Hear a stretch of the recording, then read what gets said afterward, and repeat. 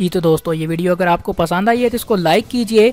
और ज़्यादा से ज़्यादा शेयर कीजिए और चैनल को सब्सक्राइब करना बिल्कुल भी ना भूलिए ताकि आपको इस तरह की रोज़ाना की मालूमात रोज़ाना की बुनियाद पर मिल सकें।